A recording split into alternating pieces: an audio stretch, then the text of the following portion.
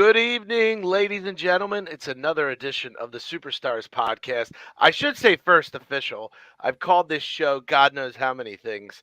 And we finally came to the realization that we should call it something nice and clean and simple. Um, you know what? I'm going to say you're my first guest of the new show. How's that sound, Matt? Does that That sound good? sounds perfect. That sounds perfect. So I want to welcome to the show Matt Brooks. He is with the Nicole Rife Group. I guess it's the Rife Group. Sorry, she's gonna kill me for saying that. The Rife Group, All right. uh, the Rife Group, which is Compass, and you guys are out of. Is it Conshohocken or Chestnut Hill, Matt? I always forget. We're out of Chestnut Hill. So now it's the Chestnut Hill. We're Yeah. waiting for Jason to let us know that this is streaming live to your Facebook as well, because we know we're gonna have a lot of raving fans here wanting to know what you're gonna say. Um, I'm super excited. Matt is a lifelong true blue professional salesperson, and you don't get many of those in real estate. The one thing that really draws me to you, Matt, and I said this when you and I first met, is that you treat sales like a true profession. And that's something to be said. There's something to be said about that because I think back in the day, sales had this connotation, right? It was there, but it wasn't at the level of a doctor or a lawyer or some of these other higher level, higher educated, if you will, professions. Even though you and I both are in sales and both are super educated, but that's besides the point. It didn't get the respect it deserved, and I think that as time has progressed and the internet's come about and you can now market yourself, and let's be honest, the money is there, right? The money is now there in the sales professions. It's being treated with more respect. So I am excited to dive deep into that. I want to learn a lot about you. I always say that we're peeling back the onion. So my goal here is to figure out like what's made you successful in who you are and what you do. And then we do that in like the first half, and then the second half is figuring out what you're at with real estate wise, where you want to go, and the things you're seeing. So that's it. Let's get rocking, man. So where are you from? Where are you from? Where do you hail from? So I'm from Delaware County, Glen Mhm. Olden, Delaware County. Glen, So and what high? Give me a high school. Monsignor Bonner High Oh, School. okay. Now that's interesting. So, all right, before we dive into that, give me family life. Do you have siblings? What was family like growing up where you were from? So my whole world revolved in a 3-block radius. Uh-huh. You just walked out the front door and there was 50 kids outside playing. Mm-hmm. I have a older sister and 2 younger brothers. Parents Oh, are parents are still together after ever 50 plus years. And yeah, we grew up in my dad was a tradesman. So we mm-hmm. kind of grew up in like a blue collar neighborhood. Mm-hmm. And yeah, like I said, my whole world revolved in like a 3-block radius.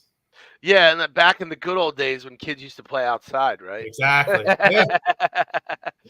Went out early in the morning, came on when the lights, came back in when the lights came on. That's the way to be, man. I'm telling you, there's something. I am like you know, I was like the in betweener. Like in the beginning phases, I was active, and then like, I would say AOL was my thing. So AOL became like a big thing, and then I got lazier and lazier as technology got better and better. Yeah. Yeah, I hear you. Yeah. Yeah. I think there's something that's been lost. I Yeah. think, Oh yeah. the fact that kids just don't go out and play anymore. Oh But, yeah. you have to remember we had, 8 stations on TV Yeah. back when I was a little kid. Yeah. There was 8 stations. There was no cable TV. Yeah. So like you either read a book or you went outside and played. Less distractions. Exactly. So you're one of four. Okay. What Yep. was that like? Um, well, there's a big age difference in my younger 2 brothers. So Uh-huh. kind of growing up, it was more me and my older sister. But then, like I said, my younger brother's 7 years younger than me, and then my other brother's almost 20 years younger than me. Oh, So okay. yeah, so it was a big gap. But like my mom grew up in Wayne, so Uh-huh. we kind of grew up in this area. So between Glen Olden and Wayne was pretty much where we lived and hung out.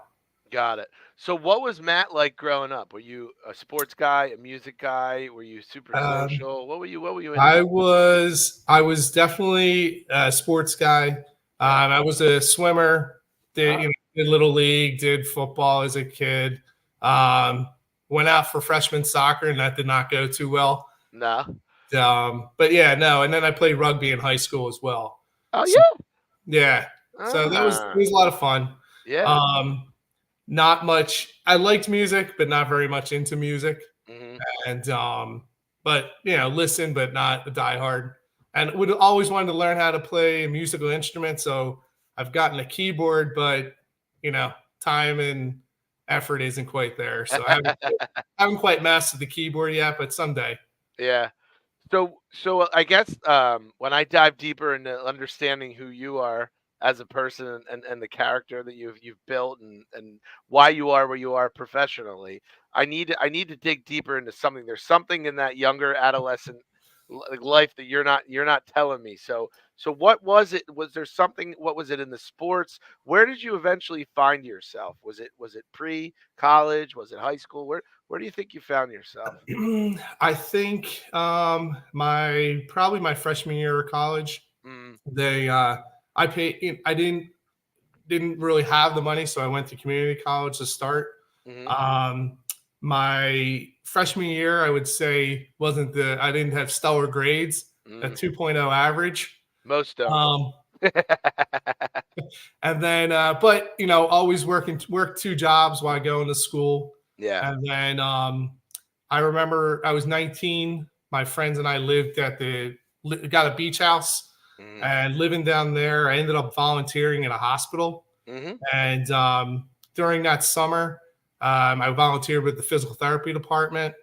So that kind of became my passion. So for the next pretty much 8 to 10 years, I went and studied physical therapy and ended up getting my master's in physical therapy. So prior, like, I mean, obviously that's a super serious topic, but before we get into that, I want to Yes. understand this. I want to understand this. So you get a beach house with your friends, right? Right. You get a beach house with your friends, and what most people think is that we're going to discuss things that aren't professional, right? There Um, was uh, plenty of that. There was plenty of that. but you discovered your passion by working in a I- hospital down there, I'll and tell what? you why. Yeah. So I was 19. Uh huh. I go into the ICU with with a therapist. Uh huh. A woman was in Atlantic City, also 19 years old. Mm. Got on a bus and was shot. Got shot. Hit her vertebrae in her neck. Was Ooh. paralyzed. So for the rest of the month, for the rest of the summer, I saw her every week. And over that summer, I saw her Ah. actually get better and better. And I really felt that was contributed to therapy. So you just So you just made me feel like a schmuck, you know that, right? Like you I was trying to be funny and you just got like that sorry. I Yeah, but that was like really just seeing her progress and her get That's better amazing, dude. was really kind of Yeah, what motivated me to go and pursue that career. that's incredible. So the physical therapist was the key piece in that recovery. Yeah. Yeah. That's incredible. Yeah. That really is. Yeah. So So I went wow. on to so I ended up going on to Where was the beach house, by the way? Ocean City. Okay. Oh, Yeah. it was dry. So all right. Yeah. And you know what? It was dry. Yeah, and let me press rewind for a minute. Was Bonner all male when you went? Yeah, so Bonner was all male when I went, and What then up, G? That's all the right. next store was Prendy. Wendy, So yeah, yeah, yeah. Oh, yeah, yeah, yeah, yeah, yeah. so Okay. everybody wanted to take French class because that was the only class you could as a boy go into the girls' school. Is that true? So yeah, French was the only class that you were allowed to go into the girls' school. And is that due to a staff shortage or what was that? I don't know. I don't know. It's just all I know is everybody wanted to take French. They don't call it the love language for nothing, or is that Italian? I forget.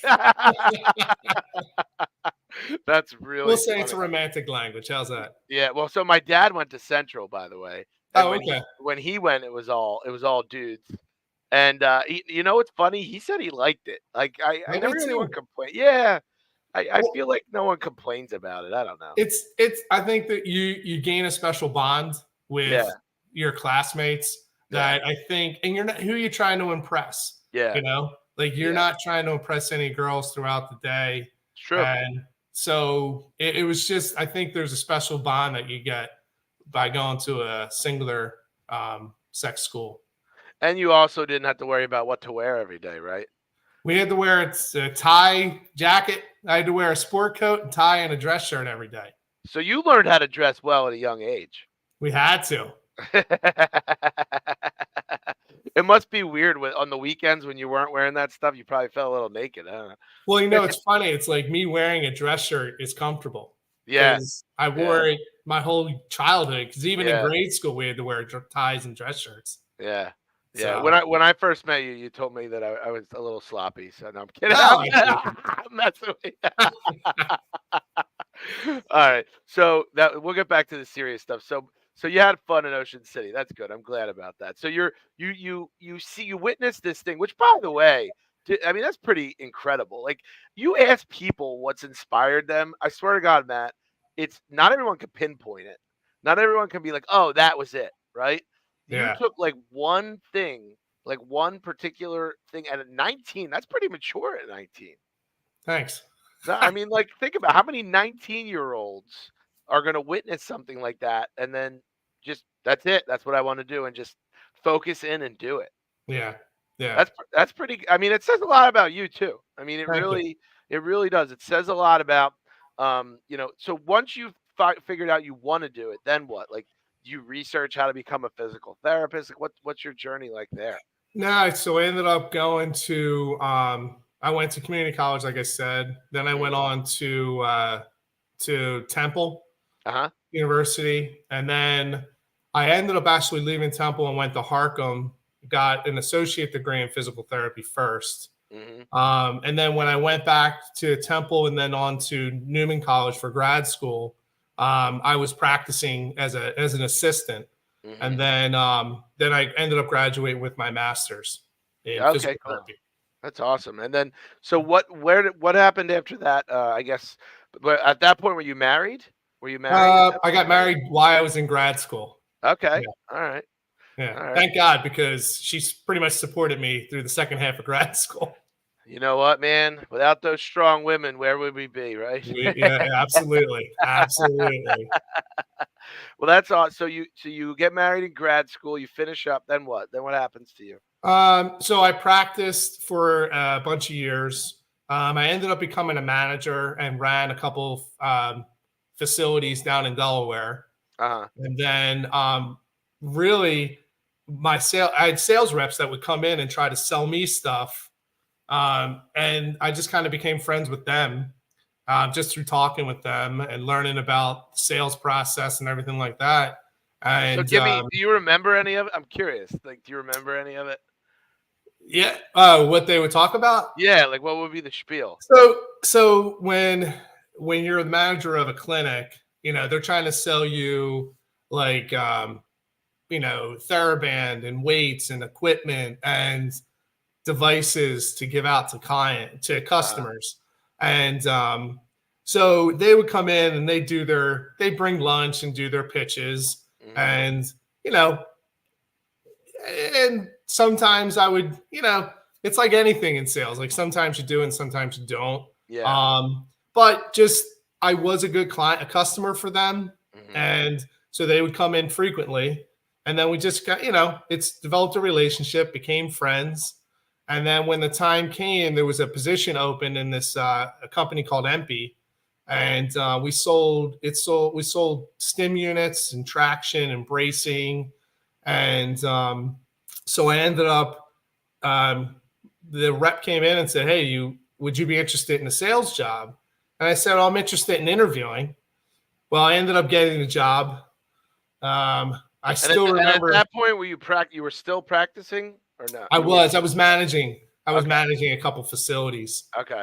And I still remember my first day on the job. I do the drive along with your manager, and because it was outside sales, Mhm. business to business, and we go in, totally bomb the first call, and manager gets back in the car and goes, "That was probably the worst sales call I've ever been on." So I was like, "Well, it can only go up from here." So, and then, I did that for about 8 years, Mm, and then went to another company. We did medical robotics. So if you had a person who had like a stroke, a spinal cord injury, a brain injury, and lost the ability to walk, we mm. had a device that could teach them how to walk again. Wow. So I became like the clinical director for that company, Mm. and basically helped educate therapists on how to use the device, and then kind of did in combination with sales. And then So ultimately, you were more on the scientific, how what benefits it provided as opposed to just selling it directly. Is that yeah, yeah. ultimately, I ended up becoming the VP of the Mm, company, mm. and was responsible for North America, Canada, Wow. and Mexico. Talk to us about that for a minute. So there's two sides to this I want to learn. I've never talked to anyone. I mean, I've spoken to people. I never dissected medical sales, if you will. So Hmm. I'm gonna call it that. Is that okay? My Yeah, medical sales. absolutely. That's what it Okay, is. so we'll call it medical sales. So let's start with the product itself. Let's go to the second one because that sounds a little sexier. How much was that device? About 300,000. Oh, woo! All right, so Nice. It's a nice sports car. you're pitching a $300,000 device. And who's paying for this? Either hospital systems or Uh, private facilities. and are these cash or financed items? What are they? Typically, typically be financed. Okay. They would never say they finance, but they all do. Yeah, Yes. they would finance the products, So they'd or find or they would have donors. Sometimes they would get donors that would also donate money towards the products. and are these do they get reimbursed by the insurance companies for the using it, or how do they get Yeah, paid back for it? they Okay. would. They would get reimbursed. So as they would put patients on, there's Yeah. billing codes, and they would bill out those codes, and ultimately they would get paid. And did you have competitors in that space for that type of product? Absolutely, absolutely. Interesting. So you kind of see where I'm going with this. Yeah, It's yeah. interesting. It's interesting to me. I'm trying to draw the parallels. So I understand everyone, tackles sales a certain way. So in your company, right? I know this sounds rudimentary. It's just how much can you sell? But when you're selling a $300,000 device, how often does someone make a sale? Every four Uh, or 5 months? Like it's a big project. well, I mean, it depend. It would depend. Like sometimes, I mean, they were long sales cycles. Yeah. Some sales cycles would be 3 years. Wow. Some could be 3 weeks. Yeah. It really just depended. Prior to COVID, it was a lot different, Mhm. and I think the sales cycles would sometimes it was everything became purchased by committee. So Mhm. just like Oh, yeah. the correlation of like selling a house, you have the husband, the wife, maybe the parents, and everybody has wants to put in their 2 cents. It's kind of that correlation too. In a hospital setting, a lot of times it's the physicians, it's nursing, it's the rehab department, it's purchasing department, and they Mhm. all have to come together in order to Mm. get the purchase done. So that's a big challenge. That's gotta be tough to make a living. I mean, It ain't easy. I mean, if you're trying to score those sales and it takes 5 months just to make a decision, I Yeah, you develop a very thick skin. I You I know, mean, how would the company I can't even imagine how could the companies float? Was it almost 100% commission or was it a mix? it was a mix. So it was a Interesting. base plus commission. Yeah. Wow, what an interesting world. Yes. It's crazy, man. Yeah. Wow. Woo. Definitely a challenging sale. Okay, so you get pretty high up. What's up, JD? You get pretty high up. You're now the VP. Okay, you're the VP of this company. So is that you overseeing operations? Like, what are you seeing at that point? Yeah, so I oversee sales and operations Uh, for the company for the U.S. uh, Office. The company was based out of Switzerland, but wow. I oversaw the U.S. operations. So we would have distributors in Mexico and distributors in Canada, Hmm. and then we had direct sales in the U.S. Okay, and then would you also do you work on the support side of it too, or is it I just the would sales? Yeah, I would help support sales. Yeah. yeah. Just support sales, not the actual product. It's not product support. Like, Sometime it would depend. It would Yeah. depend on what was needed. Like if they needed additional help, yeah, I could. I was kind of the one-stop shop. I could kind of do all of it. So when you got to the VP role, I'm just curious. So when you're a sales guy, like, and it's funny, I'm gonna draw the parallel to in real estate. When you're a realtor, so, you're focused on your own production, right? Yep. You're focused on how much you're doing, how much money you're bringing in, relationships you're building to bring in those referrals, blah blah blah blah, all that stuff. When you get to a VP role, you know, where's your mind at that point? What was your job when you got there? So when you're at the VP level, it's you don't always have that direct contact with the clients, with the Hmm. customer anymore or the client anymore. Hmm. So really what your job, you have your numbers, like, you have your budget set and you kind of know where, you know what you need to do on a Hmm. monthly basis in order to hit your numbers for the year. Hmm. So really what your job is to try to keep the sales guys motivated to keep Right. selling.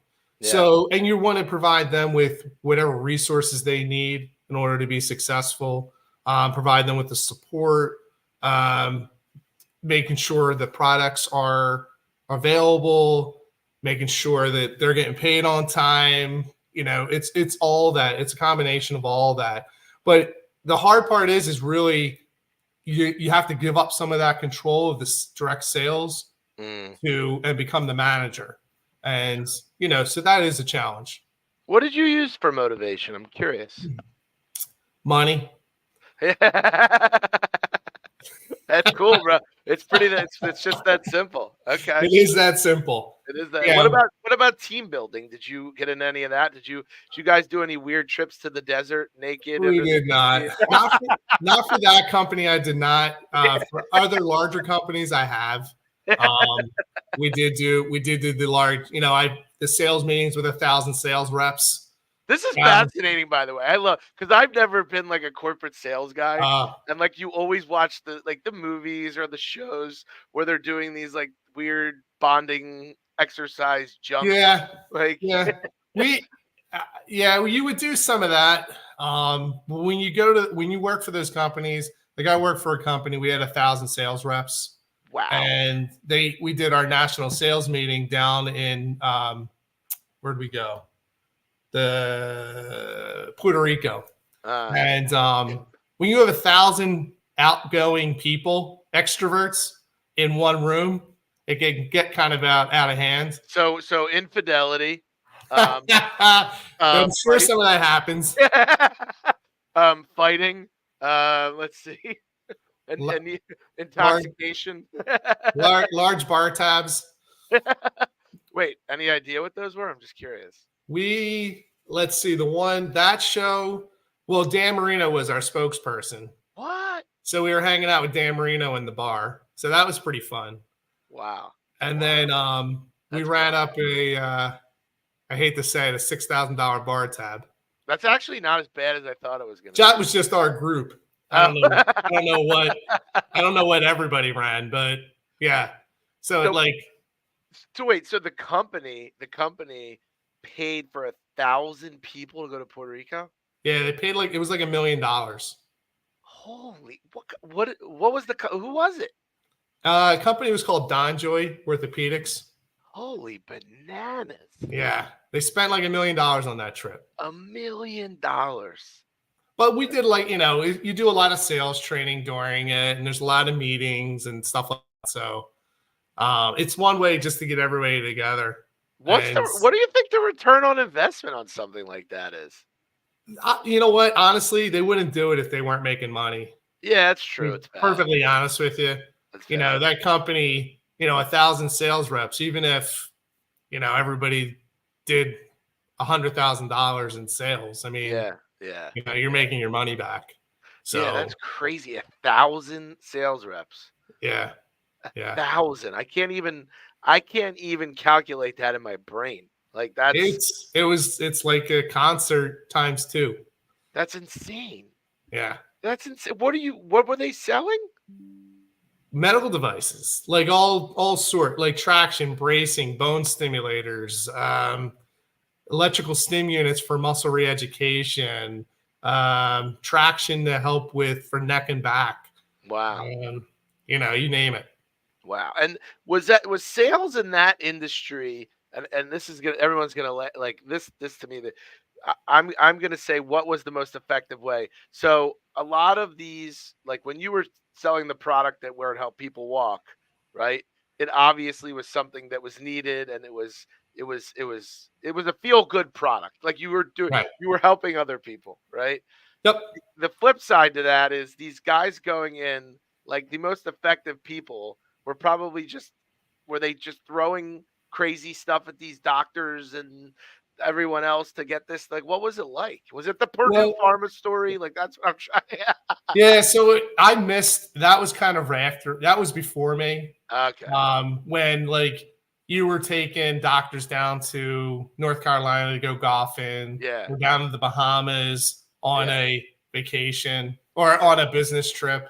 You Yeah. take them, they go to the Bahamas. That was all kind of prior to me in entering into that sales.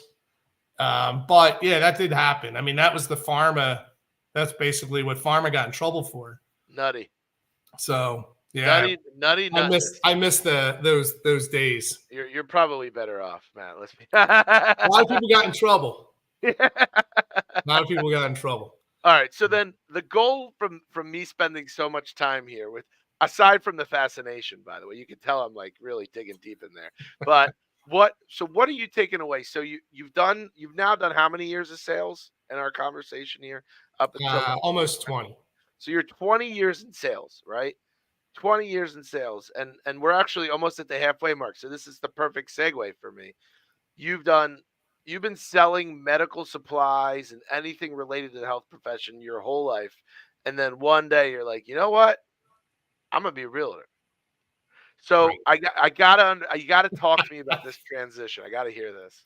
So I mean, my one of my philosophies is always trying to learn. So I always want to try to learn new things. Mm, I am not good at sitting down and doing nothing. mm. So I always am trying to learn something new. So I organize our neighborhood golf outing every year. And a couple years ago, the How's your guy game? How's your game, by the way? You I must be. stink. Oh, all right. Just Who has time to play golf? I'm trying to sell houses here. curious.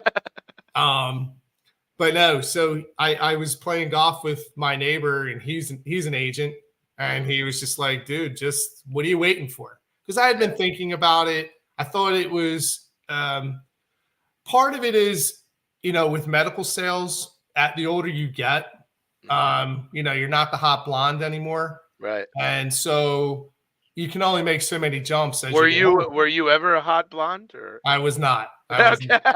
But you get the imagery. Listen, you're a good looking guy now, man. Come on. Thanks, man. I appreciate that. But yeah, no, it was really. I just wanted to. I forgot where I was going, but Sorry, I do that. that's okay. I did. There was after being in medical sales for so long, and the older I got, there was less security there. Mm, And then the other side of it is I really wanted to learn about real estate, not only to sell, but also to eventually, to become an investor. mm, So that was kind of the motivation behind doing it. mm, So I went to like I said, I was playing golf with my neighbor. He's a realtor. We were talking. He goes, look, why don't you just do it? Just stop talking about it and just do it. So I went and got my real estate license in a month. I took a course for a week, and then next 3 weeks I took the second course, and in a month's time I had my real estate license.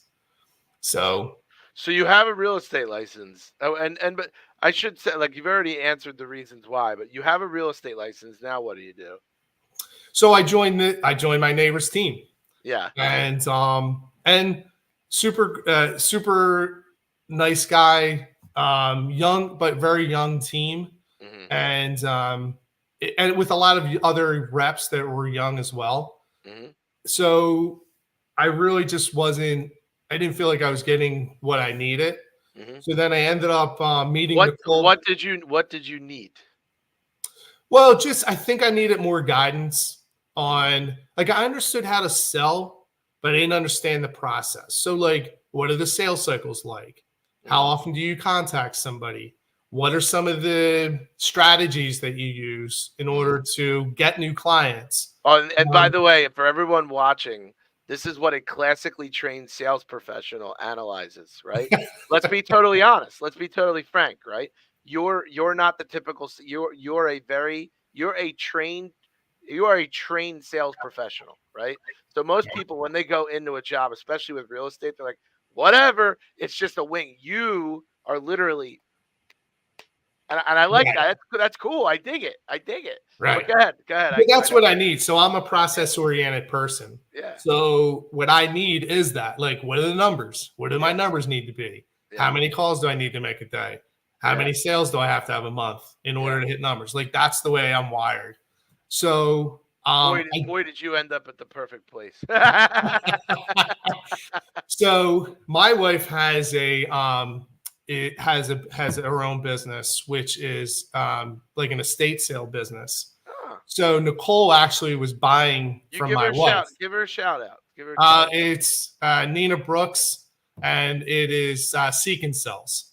Seek and sells. Okay, where Yeah, can we find it online? you can. Well, you can. She has a large presence on Facebook. Facebook. Okay. All Yeah. right. Got it.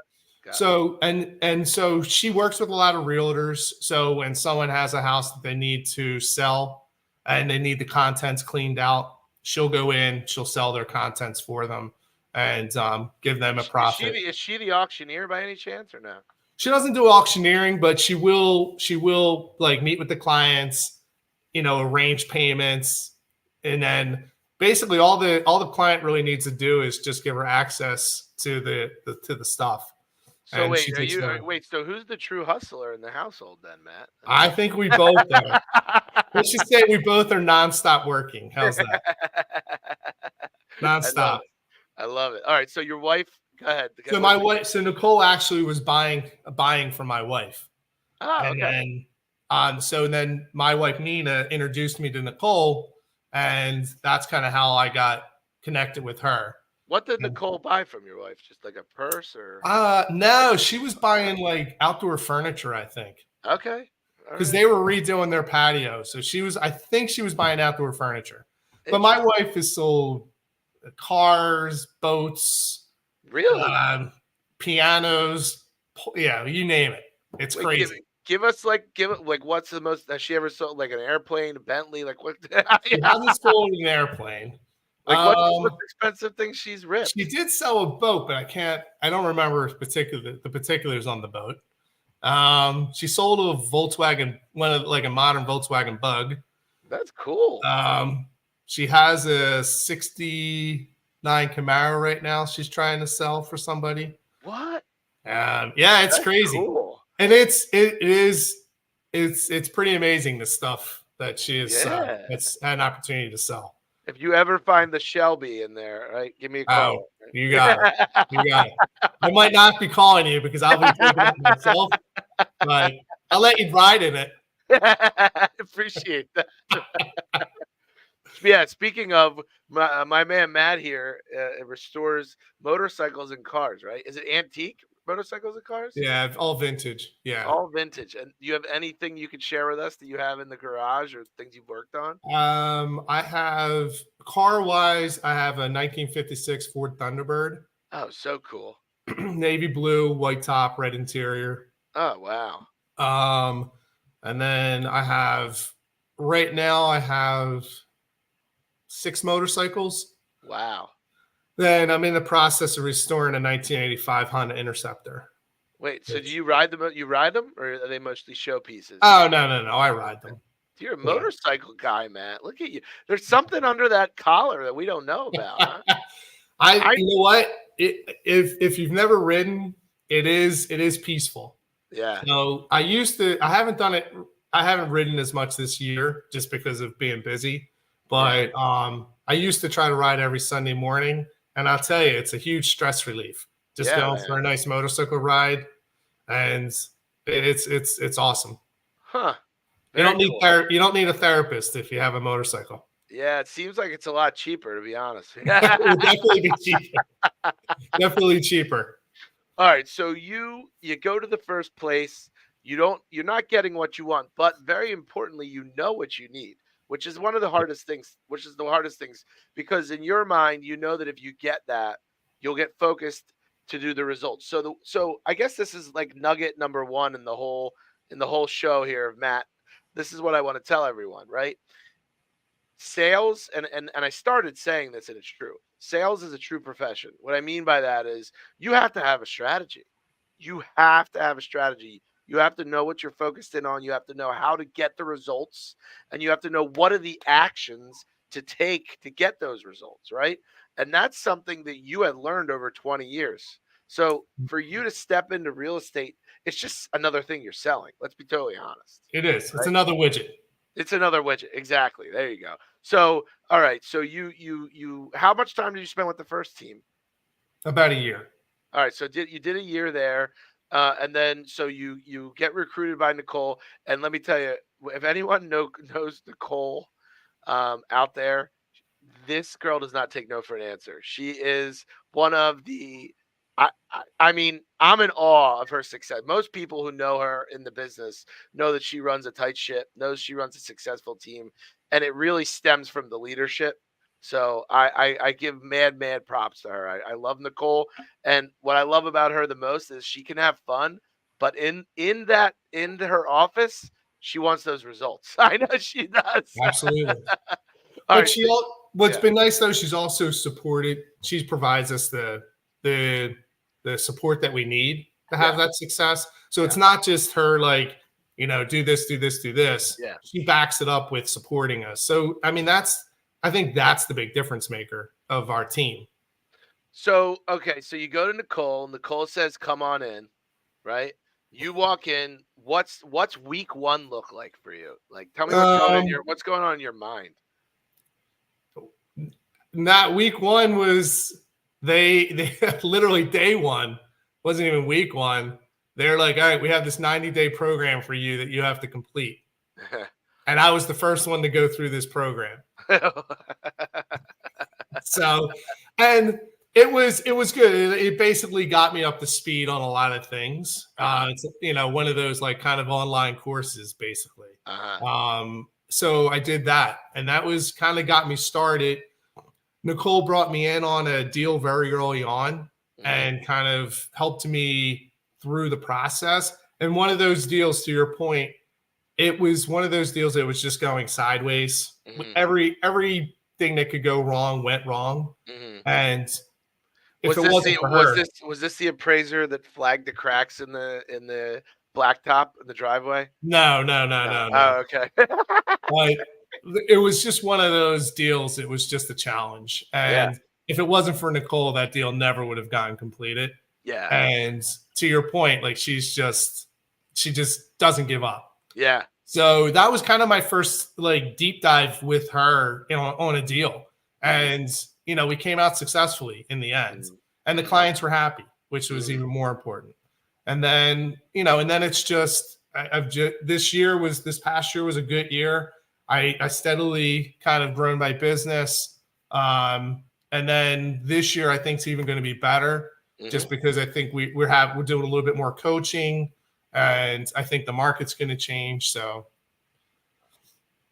I'm gonna ask you a couple interesting questions. Since Yeah. you're a professional sales guy, what's different about selling real estate than anything else you've dealt with? You know what? I'll tell you the one big difference. So, a big thing for me is I think communication. So, I do think like when you're selling business to business, it's a little bit different. Your sales cycles are a little bit longer. Your frequency isn't quite as often. In real estate, what I find is all sales is relationship driven. But I find in real estate, people are actually interested in trying to buy a house. When you're selling a product, they may not always be interested. So, and real estate is kind of there's a common theme. Like everybody needs a place to live. Everybody wants to talk about real estate. Even if you own a house or you're looking for a house, everybody still has a little bit of an interest in real estate, like what's going on with the rates, what's going on in the market. So I think that in that regard, um, I think people are more engaged than maybe in a business to business type of sale. Interesting. But communication's still the key. Like I think what I'm finding in this, if you provide really good communication and education on top of it, you can really develop really nice relationships, build the trust, which ultimately will lead to happy clients and sales. Interesting. So your main focus is really I mean, obviously it's a stepwise approach. You have to acquire the actual client, and then it's maintaining and massaging the client till they get something, and then getting them pretty much to the table at that point. Right. And is that how your mind works? Are you that systematic in it? Yeah, so I have clients. So the way I would break down my clients, and this is the way I would do it in sales, is like A, B, and C clients. Mm, So my A clients are the people who are actively looking right now, and mm, those are the people that you're contacting every week, trying to see if they have any properties they want to see. mm. My B clients would be somebody who I may contact every 2 to 3 weeks because they're looking, but they're kind of on the fence still. And then my C clients will be people who I maybe reach out to once a month, who it's just trying to stay in front of them, but they're not quite ready to buy, for whatever reason. So, and that's kind of how I look at my client base, and that's kind of how I try to connect with them. And then do you use technology, or is it you picking up the phone, or what is it? Uh, a little bit of both, Yeah. but I would say with my more like my A's and B clients, I would definitely be more on the phone or through text or email, whatever they prefer. Most people prefer text or phone. I think I like the phone just because it's a little bit more. You can build a rapport better. But yeah, I mean, and then doing newsletters, doing group emails, doing mailers, things like that, I think is another way just to kind of stay in front of people. Yeah. And is that stuff you learned um over time your own, or through Nicole, or where'd you get that? I think some of it there is a crossover. I think a Mm, lot of it though is Compass has a really good technology. mm, They've invested a lot into their CRM. They've invested a lot into their marketing program. So mm. I think you have those resources at your available to you. So why not utilize them? Right. So I'm still not the greatest at it. I mean, I'm still trying to develop that part of Mm, my business, mm. but I'm slowly but surely trying to do better at it. You know what I like, Matt? Like you're one of those cool cats. Like I can tell you just stay very even keeled. I'm the opposite of you, by the way. I'm like this crazy Jewish guy that like everything bothers him and he's nuts, and I'm just an emotional person. But your ability to stay that way throughout what I call the nuttiness of real estate is going to take you leaps and bounds, man. And maybe it's the motorcycle rides that or you're doing something we don't know about, like a hidden punching bag or something. I don't know, but like you just seem like you're way too composed for me, Matt. Uh, no, I mean, I just think you got to keep grinding. Yeah, You got to keep grinding. I yeah, got college tuitions to pay for and yeah. private school to pay for. Do So you do you you do it love for your do you family. do you love the grind, or would you give it up if you had 10 million in the bank? If you'd ask I no, I would not give it. If I had $10 million in the bank, I'd still Yeah, be you maybe still not grinding as hard, but I could never. If you ask anybody who knows me, I can't sit. yeah. I don't relax well. I'm a good Catholic, so I'm guilty if I'm not doing something. Mhm. And so yeah, I mean, I would probably always, if I had the money, I would probably still be working. So then the most important question, and I don't want the bullshit answer here, okay? What And what's the goal? What's the long? You can give me the short term and the long term, but what's the end game here? What's the my goal? end game is so I want to build my real estate business to a point where it's sustaining me Mm, financially. mm, I want to invest in. I want to invest in some revenue generating properties, Mm, so to offset, get some of that passive income. mm. And then my daughter is a senior in high school, going in as a freshman to to college next year, and she's going to do real estate finance. Oh, So my hopefully in 5, maybe 6 years, is that she comes work with me? works with you, or we develop some Yeah. kind of a business together, or maybe all three of us do, and maybe develop something with her. Real estate finance, my friends, is a fancy term for a mortgage broker. Well, hey, it's better than I wouldn't. I was going to say it's better than being an art major, but I don't want to Yeah. disparage any art majors out there. No, you're good, bro. You're fair. I do you are any of your goals from a competitive standpoint, do you look at the outside world, or is it always just your personal performance? I would no, obviously, as a team. Mm, I mean, if you're in sales long enough, you're on teams, and you always want to be number one on your team. mm, Um, so I mean, for right now, it's really more my personal goals is what I'm mm, I'm focused on. mm, But in 2-3 years, sure, I would love to be the number one on my team.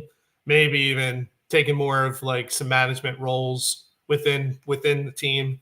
I would like that as well, because I think I love doing the educational part. Uh, I almost had an opportunity to teach, but just didn't pay enough, so I didn't mm, do it. mm, But I love the opportunity to kind of teach other people as well. mm. So, I mean, ideally, I'd say in a few more years, once I feel like I have enough experience, I would love to be able to teach some younger agents what to do. So, yeah. Is everything calculated for you? Like, do you? It's not even an if for you. It's just it's gonna like. Are you just watching the numbers and it's gonna happen? There's no question. Um, I I don't know. Nah, I mean, my big thing right now is just being consistent. Like Mm, I just want I you read everything you read. Like I'm reading 10X right now by mm, Grant Cardone, mm. and he's just another voice out there saying Sure. consistent. Do Mm, something is better than nothing, and be mm, consistent at it. So I mm. mean, right now that's my main goal. It's just trying to be consistent at the activities I have set for myself, and just trying to do that every day. Mm. And hopefully that consistency I'll see the value, or I'll see the benefits. I don't think you're not gonna let. I think that's a double negative. I don't really think I don't think you not succeeding is a possibility. I don't think so. I don't think you're built for that, man. I hope you're right. I hope I you're don't right. think you're built for that. I really don't. And the reason I'm saying that is because where you're at now versus where you started, and where you're at in your life, you're approaching it in a very different mindset, Mhm. and that's the lesson I'm trying to draw on, is that this isn't like, what do I do, or where am I going, or am I lost? You're just literally like, this is what I'm going to do. This is the things I'm going to do it at, and you know, consistency, and it's important. It's important, and the reason I'm bringing this up is because this was one of the worst years, or I shouldn't even say the worst years, supposed worst years. I'm going to be honest with you. It wasn't that bad. It wasn't that bad. Like, if you talk to everyone in the business, it was like, eh. You know why? Because let's be honest, guys, we got spoiled, right? We got spoiled. Like, we had interest rates that the world has never seen and will never see again, because of this thing called COVID, which was like the second coming of Ebola. Like, I don't even know what it just it took everyone went into a frenzy, right? That probably will never happen again. Like, let's just play the odds, or if it does, not in our lifetimes, right? So Right. you saw things that were just never happening, and you saw real estate sales that were just going berserk, and everyone's still saying the same thing. Yeah, it's still happening. Yeah, I get that. Blah blah blah blah blah. But the point I'm trying to make is, so many people will bail, right? Will bail in the cyclical nature of this business. And you don't do that. It's like playing the stock market. You have to be in it for the long game. And this year, everybody, if my anyone that looked at me objectively from a financial perspective would have said, stop spending on marketing, stop spending on this, don't do these podcasts, don't do this, blah blah blah blah blah. And I did the opposite. I just put the pedal to the metal. And you know something? Whether or not it comes to more numbers, there was growth had there. There really was. And that's the important point I'm drawing in on. Your message of consistency is so important, man. It's so important. It Agree. really is. And I'm sure I'd imagine you take those same messages and teachings to your kids. Absolutely. Yeah. Absolutely. Yeah. I can see that about you. Yeah. Yeah. Yeah. Well, like my dad always talked about sports. And if you, when you make a commitment to your team, you make a commitment. So you're at every practice, you're at every game. And I try to instill that to my kids. Like, look, my older daughter Rose and my younger one play soccer and basketball. And, I think they both have really good work ethic because of that. Mm, They're mm, you make a commitment to your team. It's just like making a commitment to anything. mm, You have to, once you commit, you're responsible to show. You're mm. responsible to go. You're responsible to do the best you can. And I think that's really, really important. I love it, man. I love you're a cool cat. I'm not gonna lie. I Thanks. dig it. I dig it. I dig that vibe. I am not that way, and I've been trying to break that mold this whole interview. If you can tell, I'm like chiseling through that. Like I'm like I'm gonna get into this guy, and he's not letting me do it. He's not gonna. He's. Do you curse? I curse. I don't feel a need to curse right now, but if you want me to drop an F bomb, I will. It'll make it happier. No, we're good. I was just curious. All right. Well, I had a good time, man. I hope that you're a frequent guest. We're definitely going to bring you back on to talk more real estate, especially in the markets you're working in, and you Yeah. can give us updates on stuff. So before we go, tell everyone what areas you focus in on real estate wise and how they can get a hold of you. So I focus in on Delaware County, Montgomery County, and Bucks County primarily, residential sales. And part of my email is right there, Mathew at therifegroup.com, or my cell phone, 215-518-2427. You can reach me on Facebook, on Twitter as well, and Instagram. And yeah, I mean, here to help. And really, I feel that, communication's the key. And I think, I try to do my best to make sure clients are happy. Matt, you're a killer, man. I'm really looking forward to being a part of and watching you grow, and I'm gonna have fun with you doing it. So anyone out there, if you're in the Philadelphia suburbs, he is a guy to call. He is as loyal as they can be, and I'm telling you, he's gonna get the house for you. I mean, look at this guy. He's so there's nothing stopping him. And we're just gonna tell everyone also one more time before you go. Matt is in his own private office which sits just above his garage, right? Which is Right. physically separated from his home, right? He's a cool cat. Yes, yeah. There you go. That's my Shout way. out. Yeah, he literally is in an office. Like I'm kind of envious of this. So you're detached from the house, right? The garage is separate from the house, Yep. and you're above the garage, and you have an entire 400 square foot of living space that's just yours. It is. Dude, that's dope, man. That is just dope. See, now you're gonna get me in trouble, and then my wife's gonna want to try to move in.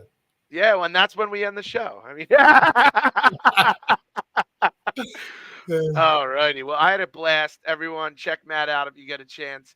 Thank you for watching another edition of the Superstars Podcast. You can see this episode on our YouTube page at Superstars Podcast and superstarspodcast.com. We will see you again soon. Everyone, have a wonderful evening. Peace. Thank you.